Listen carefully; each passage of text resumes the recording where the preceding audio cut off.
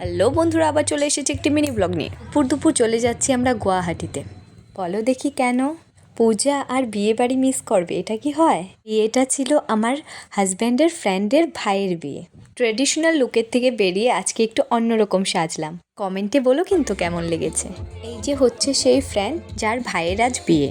আজ কিন্তু আমার বর অনেক খুশি, কারণ অনেক দিন পর বরের স্কুল ফ্রেন্ডদেরকে একসাথে এক জায়গায় পেয়েছে। কাজের সূত্রে এখন সবাই ভিন্ন ভিন্ন জায়গায় থাকে, কোনো ওকেশনে সবার একসাথে দেখা হয়।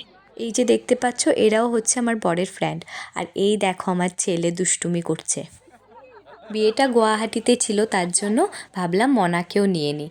তো আমার ননদের মেয়েটাকেও নিয়ে নিয়েছি। এই যে দেখতে পাচ্ছ, অনেক দিন পরে আমার ব্লগে আসলো।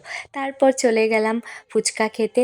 আর স্টলগুলোতে এত ভিড় হয়েছিল, আমরা খেতেই পারছিলাম না। আর জানি না, ওখানে গিয়ে আমার একের পর এক চীনা পরিচিত বেরিয়ে যাচ্ছে।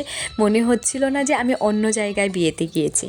আর পুরোটা ওপেন প্যান্ডেল ছিল, যার জন্য পুচকুরাও খুব এনজয় করছিল। আর ওইদিকে দেখো লাইভ মিউজিক হচ্ছে, আর এদিকে বাচ্চারা নাচানাচি করছে। আর পুরো ডেকোরেশনটাও খুব সুন্দর ছিল। এই যে দেখো, তোমাদেরকে একবার ঘুরিয়ে দেখিয়ে দিচ্ছি। তারপর মনাকে পাঠিয়ে দিলাম স্টার্টার আনতে। পুচকুকে একা রেখে যদি আমি যাই, তাহলে আর ওকে খুঁজে পাওয়া যাবে না লোকের ভিড়ে। আর লোকের বগলের নিচে দিয়ে ঢুকে গিয়ে মনা দেখো আমাদের জন্য এতগুলো স্টার্টার নিয়ে এসেছে। আর পুচকুও দেখো টুকুর টুকুর করে এক এক করে খাচ্ছে। আর বিয়েবাড়ির গিফট দেখো, আমার সোনা বাবা আর আমার বরের ফ্রেন্ডের মেয়ে, ওরা দুজনেই দখল করে বসে আছে। আর এদিকে দেখো কিউট কাপল একা একা কথা বলছে। আর অনেকটাই রাত হয়ে গেছে, মনাকে বাড়ি রেখে আমরা রাত 12টায় গুয়াহাটির থেকে বেরিয়ে গেলাম রাঙাপাড়ার জন্য।